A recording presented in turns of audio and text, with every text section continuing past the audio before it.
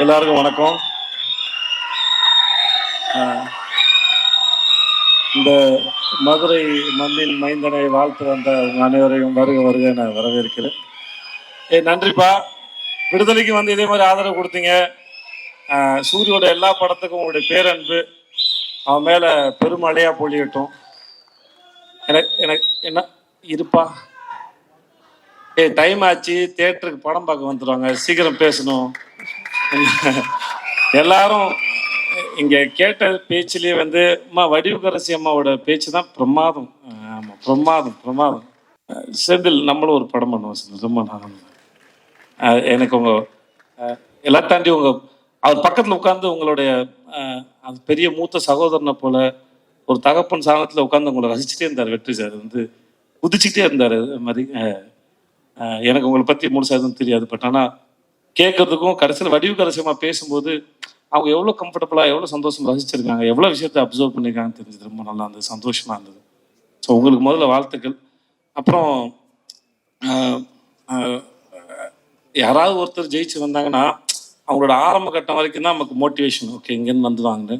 ஆனால் சூரி மாதிரி ஒரு ஆள் வந்து முதல்ல சினிமாவில் என்ட்ரி ஆகி இப்படி வந்தது ஒரு பெரிய சாதனையாக இருந்தாலும் இவ்வளோ நாள் இருந்த அந்த ஸ்பேஸ்லேருந்து ஜென்ரலாக வந்து என்னுடைய அனுபவத்தில் நான் ஒரு விஷயத்தை எப்படி அப்ரோச் பண்ணுவேன் அந்த ஆங்கிள்லேருந்து பார்த்து சொல்லும்போது, இவ்வளோ நாள் காமெடியனாக இருந்து ஒரு சீன் கொடுத்தும்போது ஒரு சீன் வந்து நம்ம என்ன பெர்ஸ்பெக்டிவில் அதை எப்படி அப்ரோச் பண்ண போகிறோம், எப்படி ரீச் பண்ண போகிறோம், அதோட ஏற்ற இறக்கம் எங்கே இருக்குன்னு ஒரு சீன் அனலைஸ் பண்ணி அப்புறம் டைரக்டரோட பேசி அதை பண்ணுறதுங்கிறது ஒருத்தருக்கு ஒரு டெக்னிக் இருக்கும். சூரியோட ஒர்க் பண்ண வரைக்கும் என்னென்னா, நான் வந்துட்டு ரொம்ப கம்மியாக தான் ஒர்க் பண்ணியிருக்கேன். ஒரு 2-3 படம் பண்ணிட்டு மாடா அவ்வளோதான் இருக்கும்.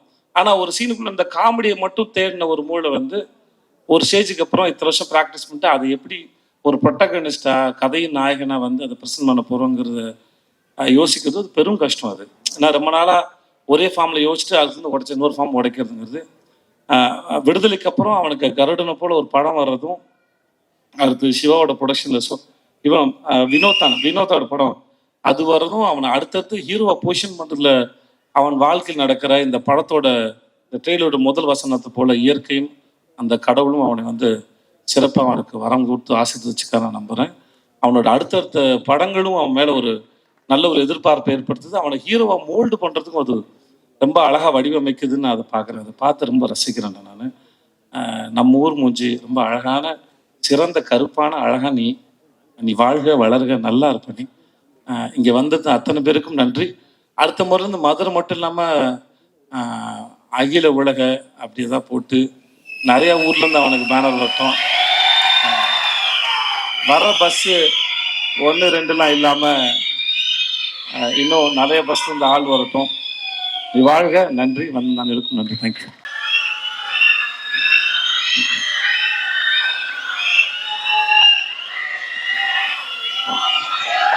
மேடையில் இருக்க பெரியவங்க, நண்பர்கள் எல்லாருக்கும் வணக்கம். அண்ட் வந்திருக்கிற பத்திரிகை, தொலைக்காட்சி, இணையதள நண்பர்கள், ஃபோட்டோகிராஃபர்ஸ், கேமராமேன் எல்லாருக்கும் வணக்கம். அண்ட் சூரியனனுடைய ரசிகர்கள் எல்லாருக்கும் என்னுடைய வணக்கம்.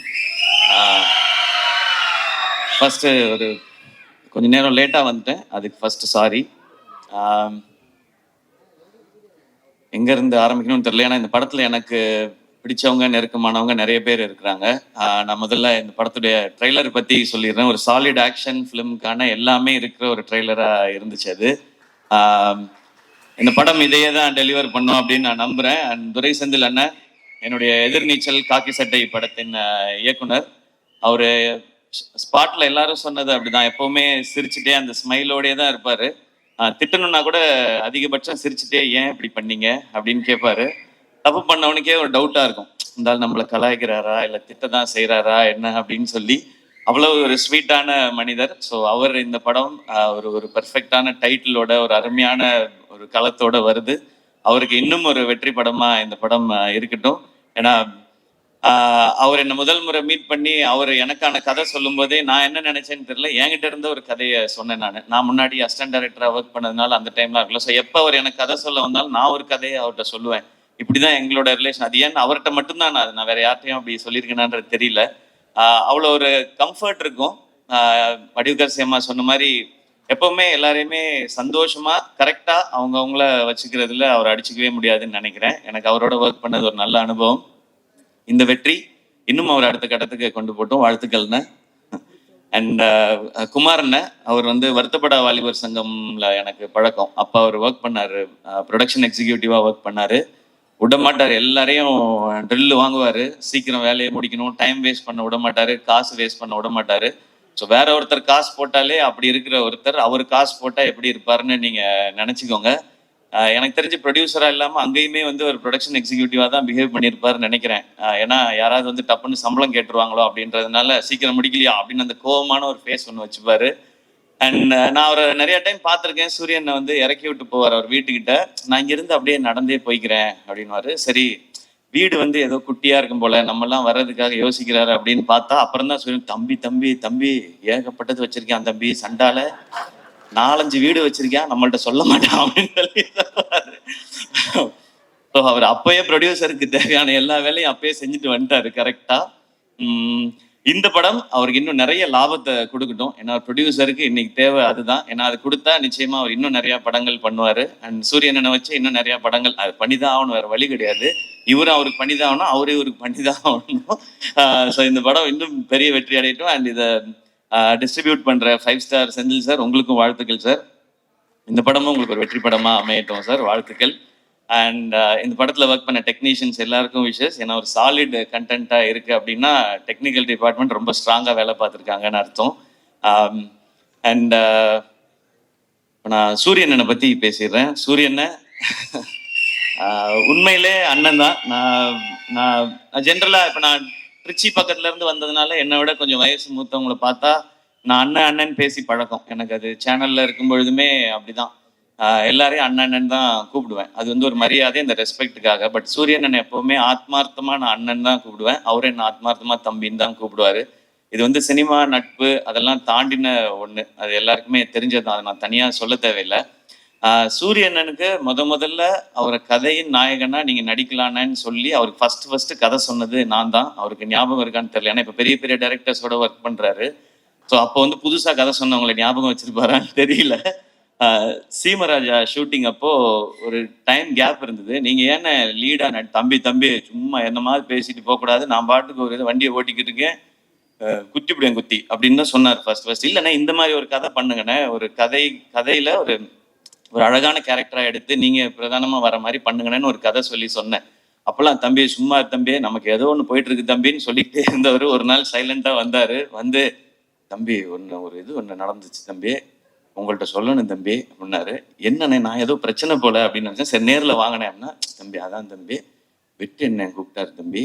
அண்ணா சூப்பர்ண்ணே, என்னண்ணே என்ன படம்னே, அதான் தம்பி நம்மள ஒரு இதா வச்சு அப்படி ஒரு படம். அண்ணா என்னண்ணே சொல்றீங்க, சூப்பர்ண்ணே அப்படின்னு. தம்பி நமக்கு தான் கொஞ்சம் பதட்டமா இருக்கு தம்பி, அண்ணன் சூப்பரு, ஆனா வந்து எப்படி தம்பினாரு. ஆனா கண்ணை மூடிட்டு போய் அவர் சொல்றதை கேட்டு நடிச்சுட்டு வந்துருங்கண்ணே, உங்களோட டைமென்ஷனே மாத்திடுவார் தம்பி.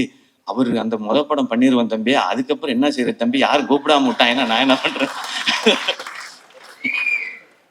அப்பெல்லாம் இல்லைண்ணே, நீங்க ஃபர்ஸ்ட் போங்கண்ணே, உங்களுக்குள்ள இருக்க டேலண்டா அவர் வந்து வெளியில கொண்டு வந்துருவாருண்ணே. அதை பார்க்கும் பொழுது இங்க எல்லாருக்கும் தேவைண்ணே. இப்படி ஒரு சேது பிரதர் சொன்ன மாதிரிதான், இப்படி ஒரு முகம் வந்து தேவை எல்லாருக்கும். இந்த மாதிரி கதையை சொல்றதுக்கு நீங்க போங்க, அந்த எக்ஸ்பீரியன்ஸே நல்லா இருக்கும் அப்படின்னு சொல்லி அது எனக்கு கேட்கும் போதே சந்தோஷமா இருந்துச்சு. அப்ப நான் சொன்னேன், இதுதான் உங்க லைஃபோட பிக்கஸ்ட் டேர்னிங் பாயிண்ட், இந்த மொமெண்ட் தான்.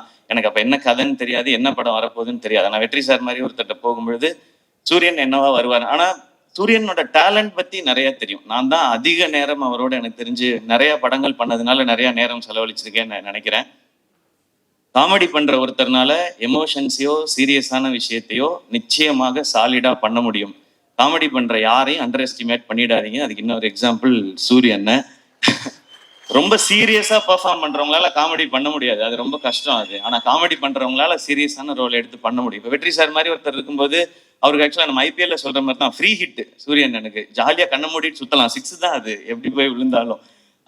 அப்படி ஒரு பெர்ஃபார்மன்ஸ் அந்த படத்துல கொடுத்து தன்னை வந்து நிலைநிறுத்திட்டாரு.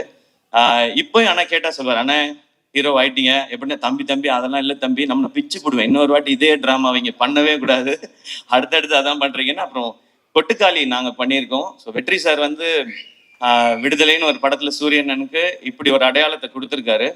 அதுல இருந்து ஒரு பர்சன் கூட கீழே இறங்கிடக்கூடாது, அது கரெக்டா இருக்கணும்னு சொன்னாங்கன்னு சொன்னாங்க. ஆனா கொட்டுக்காளி படத்துல ஒரு ஸ்டெப் அதை விட நெக்ஸ்ட் ஸ்டெப் இருக்கும்னு நான் நம்புறேன் சார். ஸோ அது வந்து எங்களுக்கு ரொம்ப வினோத் இங்க இருக்காப்ல அந்த படத்துல ரொம்ப இன்னும் ஒரு புதுசான ஒரு சூரியனை நீங்க டெஃபினட்டா பார்ப்பீங்க. அண்ட் இந்த படம் ஃபுல்லான ஆக்ஷன். அவருக்கு ஆக்ஷன் பண்றது ஒரு பெரிய விஷயம் இல்லை, ஏன்னா அவர் எப்பவுமே வந்து ஒர்க் அவுட்லேயே தான் இருப்பாரு. நான் வந்து ஜாலியா சாப்பிட்டுட்டு சுத்திட்டு இருப்பேன் ஷூட்டிங்லலாம். அவர் எப்பவுமே தம்பி தம்பி ஒர்க் அவுட் தம்பி, இன்னைக்கு நான் பார் தம்பி சூப்பரா பண்ணிட்டு வரேன்னு சொல்லி ஃபுல்லா ஒர்க் அவுட் மோட்லேயே தான் இருப்பாரு. ஸோ அவர் அந்த ஆக்ஷன் பண்றதுக்கெல்லாம் அவர் எப்பவோ ரெடி. இப்போ அதுக்கான கதை வந்துட்டே இருக்குன்னு நினைக்கிறேன்.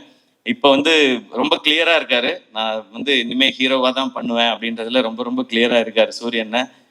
நிறைய டைம் இன்ஸ்டாகிராம்ல உட்காந்து ஹீரோயின்லாம் செலக்ட் பண்ணிட்டே இருக்காரு. இதெல்லாம் பார்த்து தம்பி இது கரெக்டா இருக்குமா தம்பி அப்படிலாம் சொல்லி, ஸோ அந்த லெவலுக்கு பர்ஃபெக்டா ஒரு ஹீரோவா எல்லாமே செட் ஆயிட்டாரு. ஸோ ஆனால் கருடன் படம் உங்களுக்கு இன்னும் ஒரு பெரிய மைல் ஸ்டோனா இருக்கட்டும்.